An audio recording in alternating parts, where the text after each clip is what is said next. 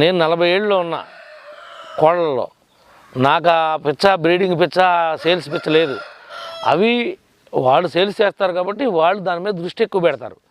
నేను పందెం కట్టడం వరకే, దాన్ని పందెం వేసేయడానికి ప్లాన్ చేసుకుంటా తప్ప నేను దాని పిల్లలు దింపుదాం, అట్ట చేద్దాం అని నేనేమి ఆలోచించను. రెచ్చివాటం అన్నా మెట్టవాటం అన్నా ఒకటే. అంటే రెచ్చివాటం అన్నా మెట్టవాటం అన్నా ఒకటే. అంటే అది అట్లా తోకట్ట పైకి ఉంది కదా, అది పొడుకుందే, అలా ఉన్నదాన్ని రెచ్చివాటం అంటారు. ఇది సమాంతరంగా ఉంది.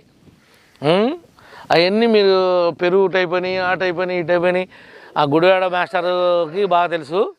గుడివాడ మాస్టర్తో పాటు కేఎస్ అని కూడా చెప్తారు ఆయన.